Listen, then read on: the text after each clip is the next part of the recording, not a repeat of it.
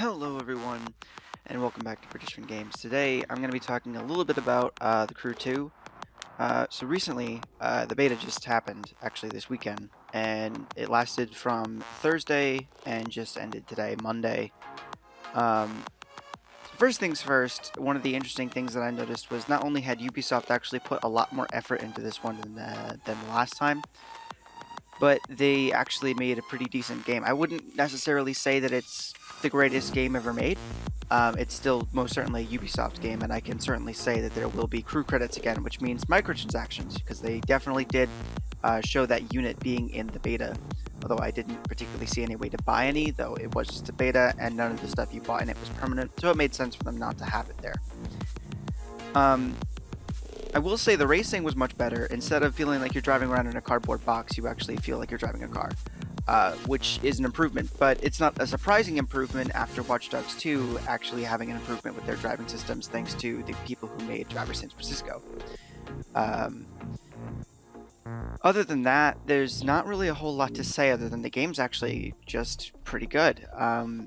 It seems weird to me that Ubisoft started giving a crap about the things that they make, but I'm also pretty happy that they do that because I was worried the Crew 2 wouldn't be very good, and a lot of people are thinking that it was something that was going to be different than the outcome, which I'll admit is not. It's not the most realistic of games. I mean, you just saw me do a jump there, but the reality is that this game is not necessarily designed as a realism simulator. It's not a Forza replacement. It's more of a Need for Speed replacement.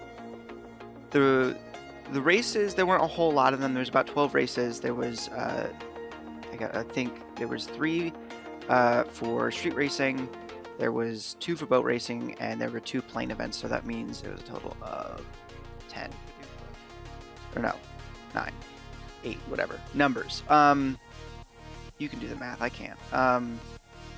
But basically, other than that, there's not really a whole lot to say. However, I did find it really interesting that they had this upgrade system that makes it feel more like an RPG than it does a racing game, in a sense. It's obviously still a racing game. It's racing with cars, boats, and planes, but at the end of the day, it's like an RPG because you have to upgrade your systems, and you get engrams at the end of each race, which I thought was a bit out of the blue.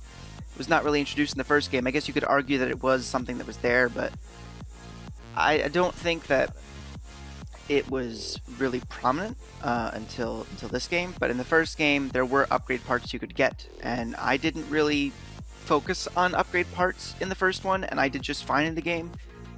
But based on the beta, it definitely seems like in this one, they really, really want you to focus on upgrading your car because you need to do that in order to be able to complete harder versions of the races that you're playing. The engram system basically works as such. You pick up the engrams off the ground that drop at the end of a race that you've completed, and then you go into your inventory immediately afterwards, and you put them into the car, and I'll let you guys have a look at that. And other than that, I will see you all later.